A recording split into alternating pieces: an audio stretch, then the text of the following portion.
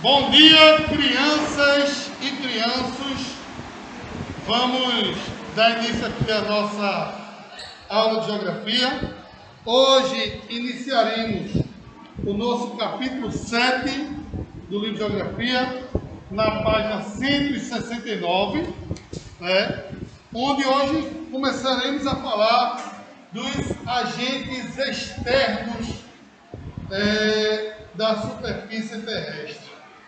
Nas aulas passadas, nós falamos dos agentes internos, que são agentes transformadores, porque eles transformaram a superfície terrestre através das forças endógenas, que são forças que atuam de dentro para fora da crosta terrestre, provocando o soerguimento da superfície terrestre através de cadeias de montanhas, de planaltos, e também do vulcanismo. A partir de hoje, nós vamos iniciar os agentes externos, que são agentes modeladores. Vejam que os agentes internos são transformadores e os agentes externos são modeladores. Eles modelam o relevo, com relação àquela comparação que eu fiz do rosto da menina com o relevo, Então, mesma coisa são agentes externos. Os agentes internos é como se fosse a maquiagem colocada no rosto das moças para sofrer o processo de modificação, modelagem do relevo. Primeiramente, nós vamos falar sobre o desgaste natural da rocha, que é também um tipo de agente externo. Como é chamado o desgaste natural da rocha? Eu já falei isso para vocês. Quando eu falei de rochas e minerais, falei desse desgaste. O desgaste natural da rocha é chamado de intemperismo. O intemperismo nada mais é do que o desgaste natural da rocha. E ele pode ser de 3 tipos. Quais são os 3 tipos de intemperismo que eu já falei também em outras aulas passadas? O intemperismo físico, o intemperismo químico e o intemperismo biológico ou orgânico. Qual a diferença entre esses 3 tipos de intemperismo? Veja só, meus filhos. No intemperismo físico, a gente sabe que todo corpo, independente de qual seja ele orgânico ou inorgânico, ou seja, com vida ou não, ele é composto por átomos.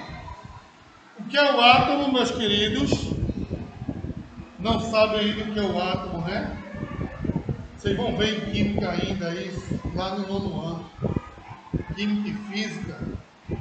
O átomo é a menor partícula da matéria. Todo corpo, independente de qual seja esse corpo, ele vai ser composto por átomo. O átomo é a menor partícula da matéria. Existe átomo nesse livro? Existe, sim. Existe átomo nessa garrafa de álcool? Existe, sim. Existe átomo numa rocha? Existe. E é justamente esses átomos que é composto dentro de uma rocha que acaba possibilitando, assim, a formação do intemperismo físico. Como assim, professor? Veja só. A rocha, quando ela está dispersa no ambiente, e é bom frisar que é o intemperismo físico, ele ocorre com mais intensidade no Brasil, no sertão nordestino. Por quê? Porque no sertão nordestino existe uma alta variação de temperatura. Durante o dia, eu tenho temperaturas elevadas, durante a noite, temperaturas muito baixas, chama-se amplitude térmica. Ou seja, a diferença entre a maior e a menor temperatura diária é chamado de amplitude térmica. Como no sertão nordestino, eu tenho uma intensa amplitude térmica, porque Durante o dia tem temperaturas elevadíssimas, que pode chegar até 50 graus, e à noite essa temperatura cai consideravelmente para 16, 15, 12, depende da área, até 8 graus pode cair a temperatura à noite no sertão nordestino. E aí o que acontece? A rocha, que ela está liberada no ambiente lá, durante o dia, ela recebe uma grande quantidade de luz e calor do sol. E os átomos, gente, vamos supor que isso aqui é uma rocha. Presta atenção aqui na minha mão. Vamos supor que isso aqui é uma rocha. Durante o dia, essa rocha que está dispersa no ambiente, ela recebe grande quantidade de temperatura e calor. O que é que os átomos fazem? Os átomos eles acabam se afastando do outro. E aí a rocha, por sua vez, ela acaba aumentando em tamanho, porque os átomos se afastaram. De dia, a temperatura cai e essa rocha começa a perder temperatura e calor. E aí o que acontece? Ela começa a diminuir porque os átomos começam a se agregar um no outro. Eles vão ficando com frio e eles vão se juntando. E aí, consequentemente, eles se agregam à rocha e diminuem de tamanho. Então, esse processo diário, que a rocha fica lá no ambiente, aumentando de tamanho, diminui de tamanho, aumenta de tamanho, diminui, faz com que ela chegue a um momento que não aguente mais e ela se parta, ela se quebre. E ao se quebrar, ela vai liberar sedimentos que vão compor o solo. Sedimento nada mais é do que areia ou partículas de minerais. Não é? E aí vai compor o solo e, por sua vez, dependendo da composição dessa rocha, esse solo vai ser ou não fértil. Se for uma rocha basáltica, que é uma rocha com uma grande quantidade de minério de ferro, o solo vai ter uma fertilidade muito grande. Não é? E aí, consequentemente, eu vou ter um solo muito bom para o desenvolvimento da agricultura. Isso aí, gente, é nada mais é do que temperismo físico. A variação da temperatura sobre a rocha, que faz com que ela se dilate ou contraia, por posterior quebra, que vai, consequentemente, liberar sedimentos que irão compor o solo. Isso é o temperismo físico. É por isso que muitas vezes você, quando vai subir um viaduto, o viaduto no início você tem um pulinho e no final também tem outro. Quando o viaduto é muito grande, ele vai ter vários pulos no seu trajeto. Por quê? Aquele pulinho que você passa, o viaduto chamado faixa de dilatação. Porque durante o dia, o viaduto é aquecido pelo sol, ele vai aumentar de tamanho. À noite, ele vai perder temperatura, então ele vai diminuir de tamanho. Se não tivesse essa faixa de dilatação, que é em torno de 2 centímetros, esse viaduto iria quebrar mais rapidamente. E aí, consequentemente, ia ter que viver em constante manutenção. E aí faz essa faixa de dilatação para que não haja esse processo de temperismo físico do viaduto. Já o intemperismo químico, como é que se dá? O intemperismo químico se dá da seguinte forma: o que é uma rocha? Uma rocha nada mais é do que um agregado de partículas de minerais. Então, dentro da rocha, eu vou ter ferro, eu vou ter quartzo, quartzito, muscovita, eu vou ter calcita, vários tipos de minerais dentro de uma rocha. Todo mineral, ao entrar em contato com água, sofre um processo de oxidação. Então é bom frisar que no Brasil a rocha ela sofre uma maior intensidade de intemperismo químico lá na região norte do Brasil. Por quê? Porque a região norte do Brasil chove diariamente. Então, por chover diariamente, eu vou ter uma maior intensidade de intemperismo químico nas rochas nessa região. Por quê? Quando a água entra em contato com a rocha é um agregado de partículas minerais, esses minerais vão começar a oxidar. Ao oxidar, essa rocha vai, por sua vez, acabar mudando a sua coloração. Por exemplo, um seixo que as pessoas conhecem popularmente como xeixo, que é errado, falar xeixo, porque o nome é seixo. Um seixo, quando ele não está em processo de intemperismo, ele é branquinho, não é? Parece leite. Quando ele entra em contato com a água, começa a haver uma oxidação desse seixo. E ele começa a ficar amarelado, avermelhado. Se você pegar um cesto, ele está totalmente vermelho, colocar na mão, você consegue espremer na mão, ele vai se quebrar todinho. Porque ele sofreu um processo de oxidação nos partículas minerais que faziam parte dele. E esse processo é dado como intemperismo químico, quando a água interfere na composição mineral da rocha, provocando uma oxidação e posterior resgate da rocha. Então, toda rocha, ela, ao ser exposta à água, ela vai ser exposta também ao intemperismo químico, que vai fazer também que haja um desgaste dessa rocha. Ok? Já o intemperismo biológico é um tipo de intemperismo ocasionado por alguma forma de vida. Pode ser tanto animal quanto vegetal. Por exemplo, o tatu, a topeira, a minhoca, ao entrar em contato com o solo, começa a escavar, até que ela pode encontrar no caminho uma rocha. E ela continua escavando até quebrar a rocha. Então, o animal, quando ele consegue quebrar a rocha com sua pata ao escavar o solo, ele acaba provocando também um intemperismo biológico ou orgânico. As raízes das plantas, quando as plantas começam a crescer, a raiz começa a quebrar a calçada. Isso também é chamado de intemperismo biológico ou intemperismo orgânico. Então, toda vez que há a interferência de um animal sobre a rocha, quebrando a mesma, esse processo é chamado de intemperismo biológico. Agora, se um animal, por exemplo, uma questão vestibular, não estou lembrado qual foi o ano, o animal ele defecou sobre uma rocha e essa rocha acabou sofrendo um desgaste pelas fezes do animal. Que tipo de intemperismo é esse? Físico, químico ou biológico? Muita gente colocou na prova escolar que era intemperismo biológico, porque foi o animal que colocou.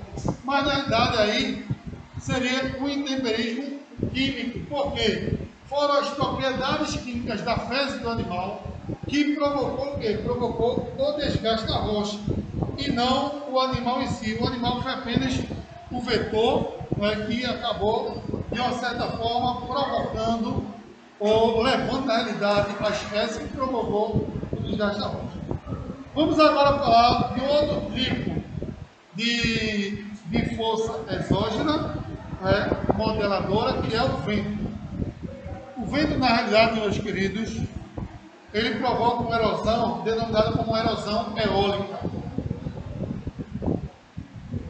A erosão eólica é a erosão causada pelo vento. É uma duna, Morro do Careca, em Natal.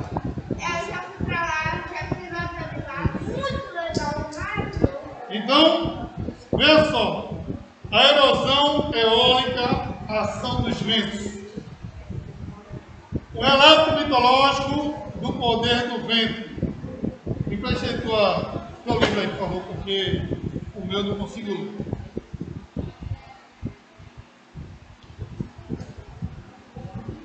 Disse que na Grécia Antiga, a ilha de Eólia vivia um majestoso rei chamado El, tão querido dos deuses imortais e do Olimpo. Vivia num castelo muito rico, em uma ilha flutuante, cercada de gigantescas muralhas de bronze. Um dia, um grande herói, Ulisses, chegou a essa ilha muito bem recebido. Ulisses, também conhecido como Odisseu, acabou ficando um mês e passou em retribuição a contar ao rei El as histórias de suas fabulosas aventuras no mar. Agradecido pela história que escutou, o rei deu um presente a Ulisses, um saco feito de couro de novilho de 9 dias de idade, onde estavam presos todos os ventos. Possuía esse poder, uma vez que Zeus o tivesse tornado o senhor dos ventos. para facilitar o retorno de Odisseu para sua casa. Eolo deixou livre apenas o vento corrente. Porém, já a caminho de sua casa, no meio do mar, os marinheiros do navio de Ulisses tomaram a cobiça, pois achavam que dentro do saco estavam a riqueza do ouro e da prata. Arrebentaram-lhe o saco e o abriram, liberando todos os ventos que agitados afastaram o navio da rota do retorno de Odisseu à ilha de Ítaca, onde morava. E o fez retornando para Eólia. Ao ver Ulisses de volta, Eolo ficou furioso e expulsou-o, deixando a deriva, perdido no mar. E deixou livre para sempre os ventos, para que eles atuassem sobre a terra como bem quisesse, independentemente da vontade dos mortais. Esse relato que você acabou de ler consta na obra Odisseia de Homero e é um dos diversos mitos da antiga Grécia criado para explicar a força dos agentes atuantes dentro de um conjunto que é denominado de intemperismo físico. Então, na realidade existem mitos, né? E a Grécia é um dos países que foi berço de uma grande quantidade de mitos ligados à natureza, né? E os ventos não podiam ter ficado de fora. E é justamente os marinheiros de Odisseu que acabou promovendo a liberação dos ventos no mundo, né? E por conta disso, o mundo passou a ter uma nova modelagem graças justamente a esses movimentos ventos. Primeiramente, é importante a gente saber o que é o vento. Na época que eu estudava, né, e a gente vai se aprofundar mais ainda isso, quando a gente estiver falando sobre o clima, na época que eu estudava, a minha professora de geografia dizia para mim que vento nada mais é do que o ar em movimento. Beleza. Só que os tempos passam, né, e os estudos continuam, e descobriram que o vento não é simplesmente o ar em movimento. E o que é o vento? E aí passou-se a haver uma nova teoria sobre a definição do vento.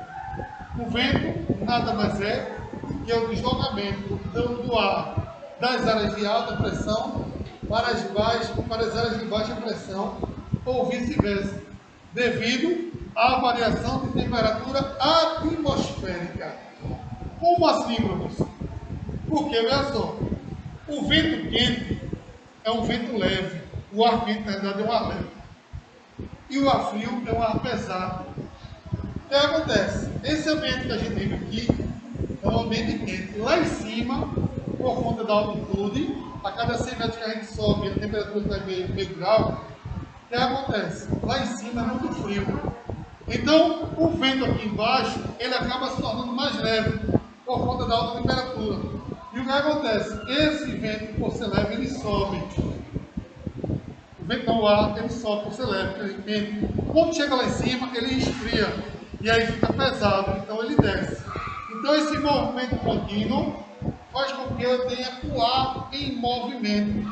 E aí dá origem ao vento, por conta da variação de temperatura do ambiente. Né? Como é que se faz para um balão subir? A turma não liga um fogo, né? Para o quê? Para aquecer o ar. Ligou o fogo, aqueceu o ar, então o ar fica mais leve, empurra o balão para cima. Né? Porque o ar quente, ele é mais leve. E aí, consequentemente, a gente tem através do vento uma erosão denominada como erosão eólica. Como os ventos moldam o relevo, né?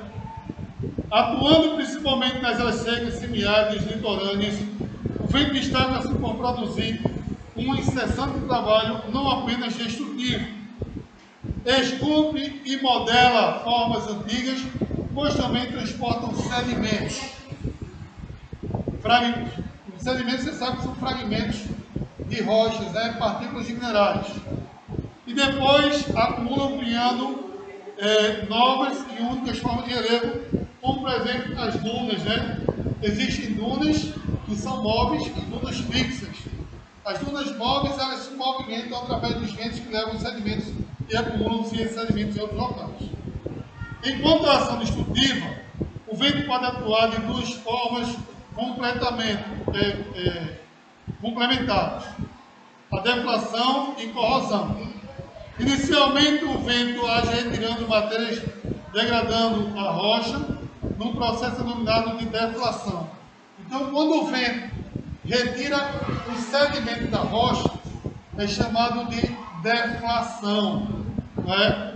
E em sequência transporta esses materiais particulados que passam a se chocar contra outras superfícies, arrancando e um desgaste continuando, denominado como corrosão. Então, os sedimentos, veja só, uma rocha está no ambiente, o vento vai batendo nela e vai retirando esses sedimentos. A rocha vai diminuindo em tamanho, chamado de deflação.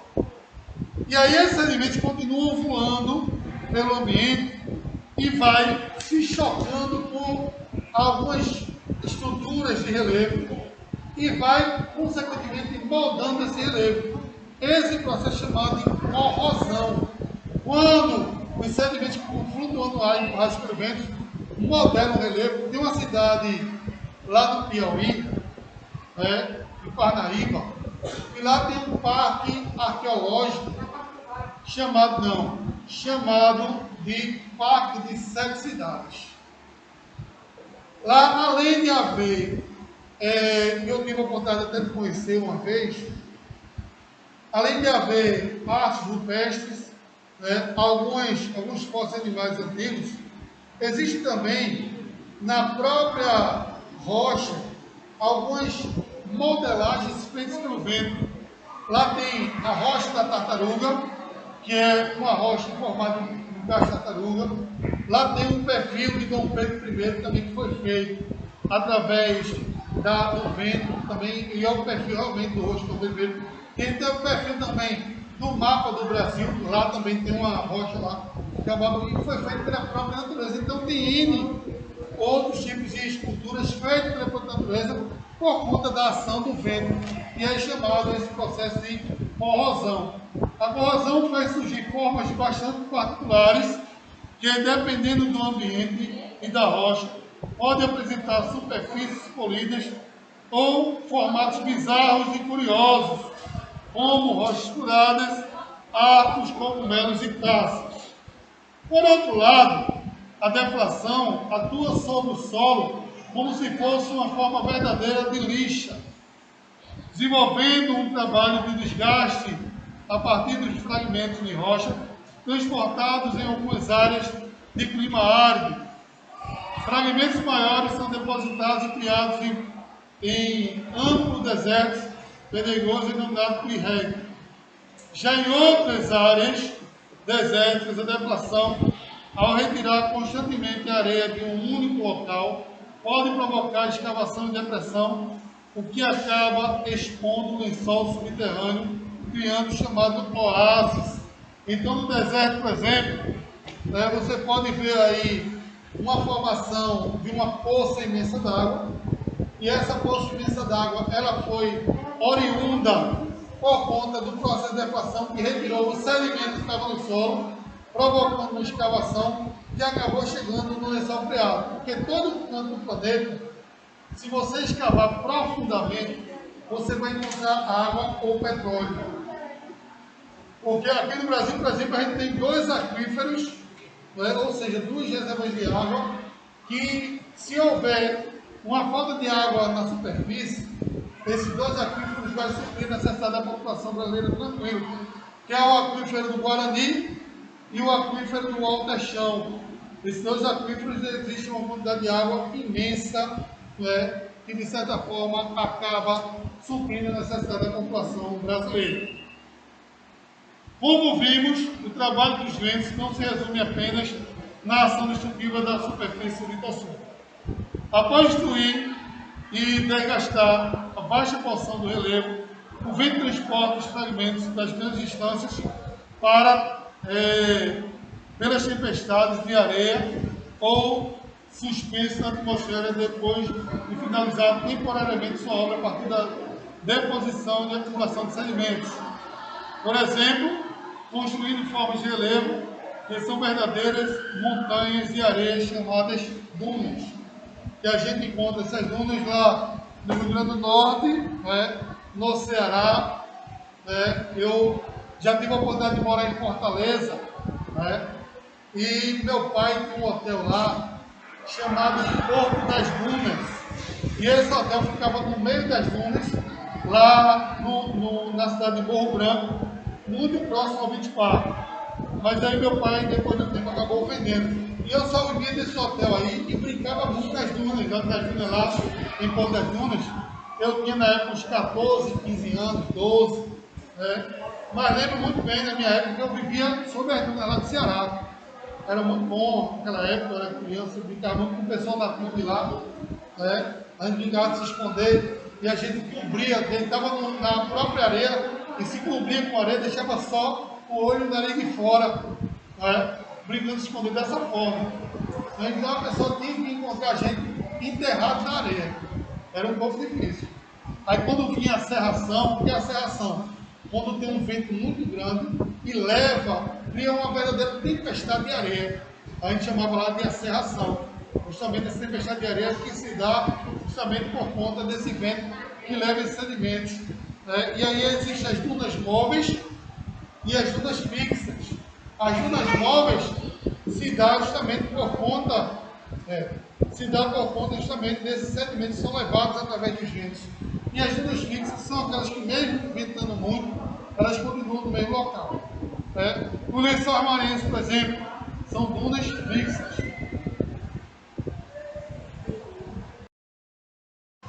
Então a gente viu o intemperismo e a erosão eólica. Aí agora a gente vai ver a ação das águas do mar, ou a erosão marinha, né, que destrói o relevo, provocando muitas vezes o aparecimento de rossorocas e até mesmo de falésias, como se tem lá no Ceará, por exemplo, na cidade de Canoa Quebrada, né, é uma área, na Paraíba também tem, é uma área onde a água do mar acaba batendo e fazendo escavações na montanha, e aí dá-se o nome de falésia, retirando os sedimentos e criando verdadeiros sucos na montanha, da montanha litorânea. Então, ó, o mar destrói e reconstrói o relevo. As águas marinhas trabalham constantemente sobre a superfície da litosfera, ora de forma destrutiva, esculpidora, modeladoras, ora de forma construtivas, acumuladoras, sedimentadoras, criando novos desenhos litorâneos ou recriando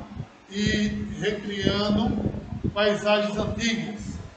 Sua atuação depende da altitude e do tipo de rocha que compõe o relevo. Em algumas regiões atuam de forma destrutivas num processo de erosão chamado de abrasão ou abrasão marinha. Esse processo, em regiões de costas altas, é o embate constante das ondas sobre o relevo e acarreta seu desdobramento, construindo as falésias, como eu falei para vocês, paredões abruptos localizados com contato da água do mar, e as falésias mais famosas do Brasil são as falésias de Canoa Quebrada no Ceará. Já nas regiões litorâneas, de modestas altitudes, a ação erosiva do mar cria entalhamentos ao longo da linha das costas, dando surgimento a golfos, baías, enseadas, o que são recortes do litoral em formas de U. Ou seja, o litoral em forma de U é se dado através da erosão marinha, onde é chamado de baía, né? Como a Baía de Guanabara, no Rio de Janeiro. Ou cubos peninsulares, que são pontas de continentes que penetram no mar, como por exemplo a ponta dos Seixas na Paraíba. Após a ação destrutiva de ondas pela ação de outros fatores, como as correntes oceânicas, dos organismos vivos, o mar pode realizar um trabalho de acumulação e posteriormente de sedimentação das áreas litorâneas. Continuando seu trabalho, o mar atua de forma construtiva a partir da acumulação de sedimentos, areia cascalho, dando aí a origem do chamado arrecife de arenito.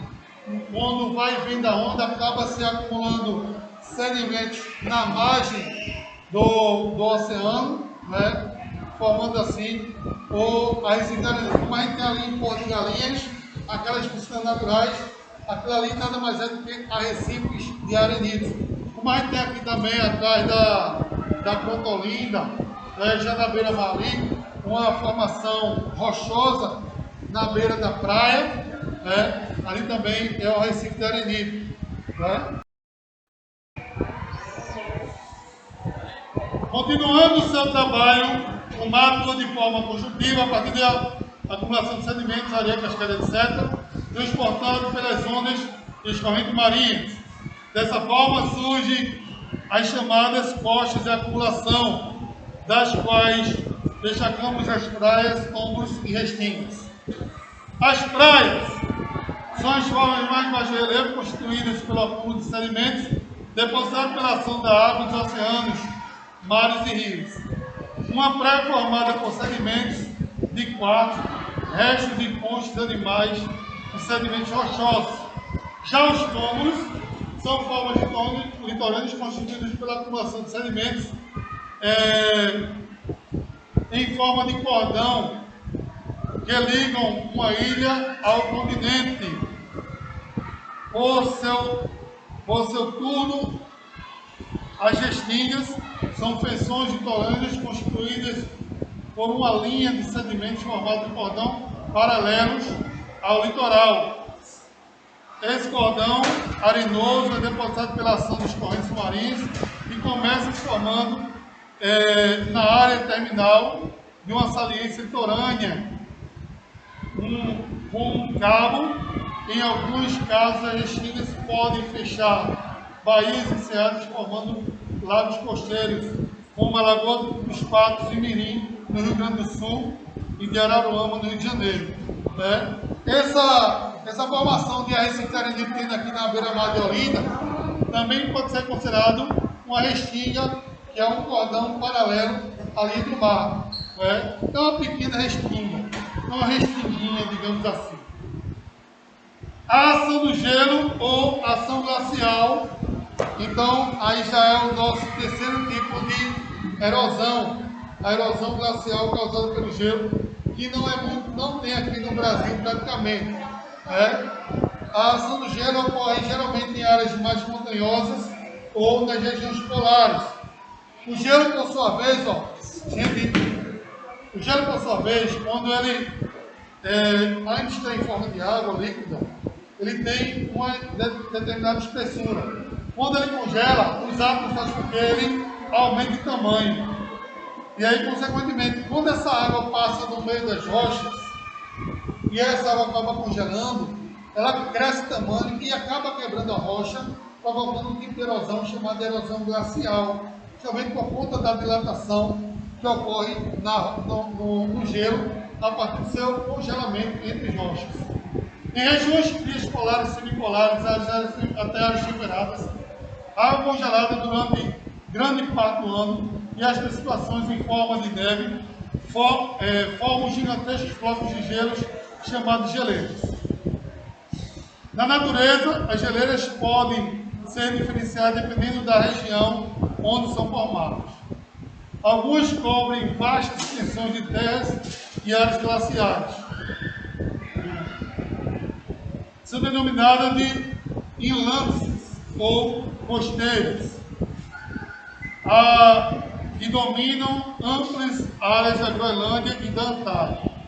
Outras são tipos de regiões montanhosas, onde a formação de neve é eternas e por isso são chamadas de geleiras de montanhas alpinas e de vales.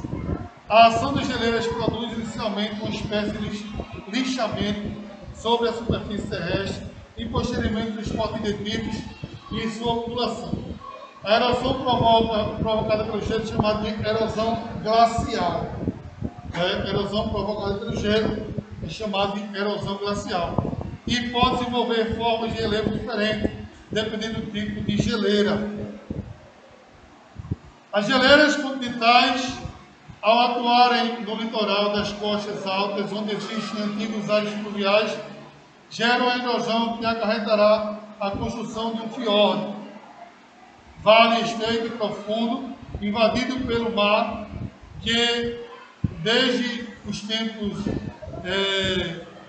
imemoráveis é utilizado por diferentes sociedades como um porto natural, podendo encontrar os fiordes da Noruega, na Suécia, Canadá, entre outros. Já as geleiras de montanhas, constituídas pelo acúmulo de neve em depressões de relevo, formados pelo desgaste do terreno profundo e arredondados em vales. Chamado de ciclo glacial, a neve, ao congelar, aumenta o volume, criando uma língua de gelo chamada de língua glacial, que se projeta no sentido da descida das montanhas. Essa língua se desloca lentamente no ano após ano e acarreta a erosão, transportando a população de detritos.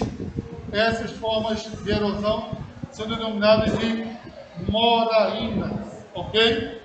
Então agora vocês irão responder a página 179, somente 179 agora. E vocês estão em casa também, vou botar no WhatsApp para responder a página 179. Então, vou ficar por aqui. Um abraço a todos, que Deus abençoe e até a próxima.